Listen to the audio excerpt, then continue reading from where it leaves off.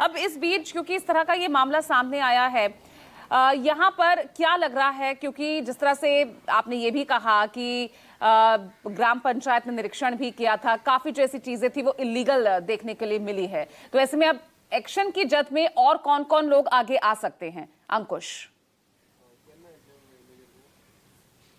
देखिए, मजिस्ट्रेट जांच के आदेश दे दिए गए हैं। यानी साफ तौर पे सरकार का मानना है कि जांच निष्पक्ष नहीं होती अगर किसी अधिकारी को दी जाती, इसलिए मजिस्ट्रेट के जांच के आदेश दे दिए हैं। इस मामले में कुछ अधिकारी को सस्पेंड कर दिया गया है, क्लब के मैनेजर्स को गिरफ्तार किया गया है और क्लब के जो मालिक है उनके खिलाफ भी एफआईआर दर्ज कर ली गई है। फिलहाल आप देखिए, गेट की तस्वीर है, यहाँ पर पुलिस बल तैनात कर दिया गया है। क्लब की जो एंट्री है वो पूरी तरीके से बैन कर दी गई है और जैसा कि मैंने कहा कि पूरे गोवा के क्लब के ऑडिट के समीक्षा के जांच के आदेश दे दिए गए। ये क्लब अपने आप को रिवर द आइलैंड क्लब कहलाता था, यानी अरपुरा गांव के जो नदी है उसके रिवर फ्रंट पे ये बनाया गया था और काफी इसमें अवैध निर्माण यहां पर किए गए थे। तस्वीरों में बताने की कोशिश करेंगे क्योंकि अभी गेट जो है वो बंद कर दिया गया है, लेकिन जो खुशनुमा माहौल था शनिवार की रात को, कुछ वीडियोस भी वायरल हुए तो उसमें साफ तौर पर दिखाई दे रहे थे कि किस तरीके से अचानक से आग भड़कती है, लोगों में अफरा तफरी का माहौल पैदा हो जाता है।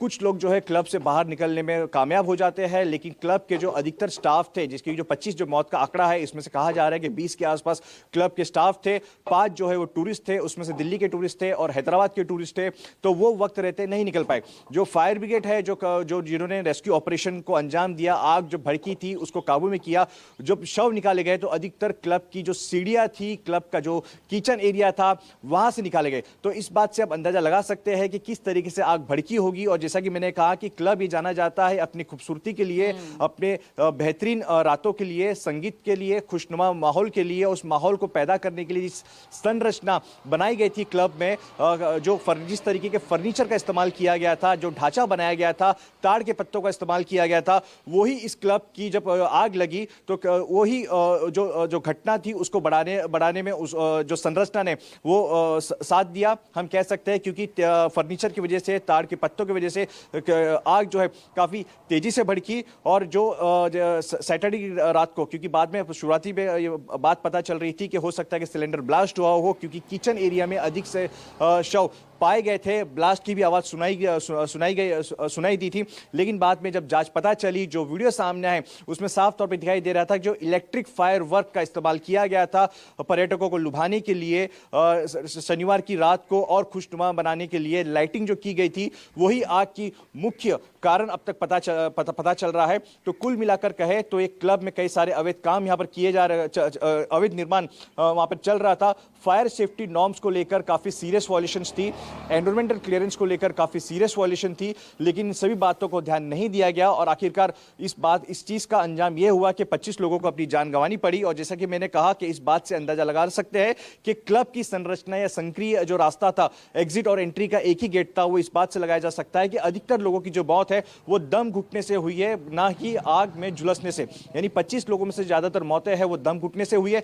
यदि पर्याप्त वेंटिलेशन के रास्ते बनाए गए होते, अगर पहले से इस बात पर ध्यान दिया गया होता कि अगर आपदा कहीं होती है या फिर कोई घटना होती है आग की, तो किस तरीके से बचाव कार्य किया जाना चाहिए, किस तरीके से ड्रिल वर्क किया जाना चाहिए, अगर स्टाफ को ट्रेनिंग दी गई होती तो हो सकता है कि जानहानि इतने बड़े पैमाने पर हुई है वो ना होती।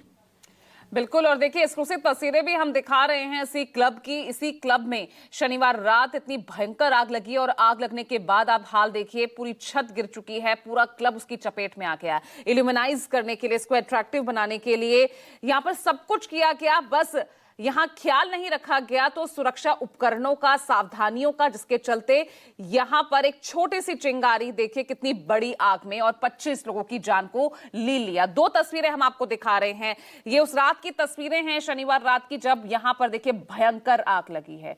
ये देखिए आग किस तरह से चिंगारी से भड़की और अब देखिए ये मौजूदा, और आप ये जो अभी ताजा तस्वीरें देख रहे हैं जो मेरे सहयोगी अंकुश वहां से आपको दिखा रहे हैं, आग लगने के बाद की ये तमाम तस्वीरें। कार्रवाई लगातार चल रही है, लेकिन अंकुश, अब जो घायल हैं इस मामले में 25 लोगों की जान चली गई, 7 लोगों की शिनाख्त भी अब तक नहीं हो पाई है, उनको लेकर क्या अपडेट और घायलों का, उनकी क्या स्थिति है? और देखिए, घायलों की मदद के लिए सरकार आ गया है, क्योंकि सवाल जो है सरकार पर उठाए जा रहे हैं। विपक्ष इस बात को लेकर काफी आक्रामक हो गया है। यहां तक कि कांग्रेस के जो गोवा कांग्रेस के नेता है, उन्होंने कहा है कि इसके पूरे के लिए जो गोवा के मुख्यमंत्री वो जिम्मेदारी, क्योंकि उनकी जिम्मेदारी बनती है कि अगर गोवा पर्यटन का एक बड़ा स्थल है, यहाँ पे कई सारे नाइट्स क्लब्स है, तो उनमें नियमों का सही तरीके से पालन हो रहा है क्या नहीं हो रहा है, ये सरकार की जिम्मेदारी थी, गोवा प्रशासन की जिम्मेदारी थी। यहां तक कि विपक्ष ने काफी सवाल यहाँ पर खड़े किए हैं। तो सरकार जो है पीड़ितों की मदद के लिए आ गया है। जो लोग इस पूरे हादसे में मारे गए हैं, 25 लोग मारे गए हैं, उसमें से 20 जो है होटल के कर्मचारी बताए जा रहे हैं, 5 जो है टूरिस्ट बताए जा रहे हैं, इसमें से एक टूरिस्ट जो है हैदराबाद की है और 4 टूरिस्ट जो है वो दिल्ली के है। तो सरकार ने आर्थिक तौर पर मदद का हाथ आगे बढ़ाया है। जो मारे गए लोग हैं उनको 5 लाख का मुआवजे का ऐलान किया गया है। इस पूरे हादसे में 6 से 7 लोग जो है वो घायल बताए जा रहे हैं। तो उनको 50,000 की जो राशि है वो मुहैया कराई जाने की सरकार की तरफ से आश्वासन दिया गया है। घायलों का इलाज जो है सरकार अपने तरफ से करा रही है। और जो लोग इस पूरे हादसे में मारे गए हैं उनको पूरी तरीके से असिस्ट किया जा रहा है, क्योंकि अधिकतर जो लोग मारे गए हैं वो होटल के स्टाफ थे और होटल के स्टाफ दूसरे राज्यों से थे, उत्तराखंड से थे, उड़ीसा से थे, छत्तीसगढ़ से थे। तो यहाँ पर जो उनके परिजन यहाँ पर पहुंच रहे हैं अपनी लाशों, अपने जो परिजनों का शिनाख्त करने के लिए, जो लोग मृतक है उनकी बॉडी का शिनाख्त करने के लिए उनको पूरी तरीके से असिस्टेंट सरकार की तरफ से प्रोवाइड की जा रही है, सुविधा मुहैया कराई जा रही है। और उनके जो शव है, उनके जो होम टाउन है, हम कह सकते हैं कि जो उनके घर है, पैतृक गांव है, वहां पर ले जाने के लिए भी सरकार जो है वो सुविधा मुहैया कराई जा रही है। तो कुल मिलाकर कहे, हादसे के बाद सरकार जागी है। ना सिर्फ मजिस्ट्रेट जज के आदेश इस पूरे मामले में दिए गए हैं। मजिस्ट्रेट की निगरानी में पूरे मामले की जांच की जाएगी। अधिकारी को सस्पेंड कर दिया गया है। मामले में जो क्लब के ओनर है उनके खिलाफ एफआईआर दर्ज की गई है। क्लब के जो मैनेजर है उनको अरेस्ट किया गया है। तो दूसरी ओर जो लोग मारे गए हैं उनके लिए आर्थिक तौर पर सरकार ने मदद का हाथ आगे बढ़ाया है। हाँ, कुछ बॉडीज ऐसी है जिनकी अभी तक शिनाख्त नहीं हो पाई है, क्योंकि इतनी बुरी तरीके से वो झुलस चुकी है कि उनका डीएनए टेस्ट करना पड़ेगा। सरकार जो प्रशासन है उनका कहना है कि 25 लोगों में से करीब 17 ऐसी बॉडीज है जिनकी शिनाख्त हो चुकी है, 7 ऐसी बॉडीज है जो जिनकी अभी शिनाख्त नहीं हो पाई है, और उनकी शिनाख्त के लिए उनका जो है डीएनए टेस्ट करना होगा। और डीएनए टेस्ट के बाद ही पता चल पाएगा कि आखिरकार ये बॉडी कौन से स्टाफ की थी। लेकिन इस बीच जो पूरी सूची है सरकार की तरफ से, प्रशासन की तरफ से जारी की गई है कि 25 लोग आखिरकार कौन थे। और जैसे कि मैंने कहा कि अधिकतर होटल के स्टाफ थे जो दूसरे राज्यों से यहाँ पर काम करने के लिए, अपने रोजगार करने के लिए, अपने परिवार को आर्थिक तौर पर सपोर्ट करने के लिए यहाँ पर पहुंचे हुए थे। तो सरकार की तरफ से एक तरफ जांच के आदेश दे दिए गए हैं, तो दूसरी तरफ आर्थिक सुविधा भी मुहैया कराई जा रही है। और कुछ शव की शिनाख्त नहीं हो पाई है, उनके लिए डीएनए टेस्ट कराया जाएगा। चलिए ठीक है, बहुत बहुत शुक्रिया आपका अंकुश इस तमाम जानकारी के लिए। तो देखिए, अब यहाँ पर कार्रवाई तो की जा रही है, लेकिन अब सख्त से सख्त यहाँ पर जो है कार्रवाई दिखनी चाहिए, ताकि इस तरह का हादसा आगे ना हो। और प्रशासन भी लगातार सतर्क रहे कि जो लोग सुकून के लिए, जो अपनी मौज मस्ती के लिए यहाँ पहुंच रहे हैं, उनका इस तरह से उनकी जान खतरे में ना हो, इस तरह की लापरवाही के चलते।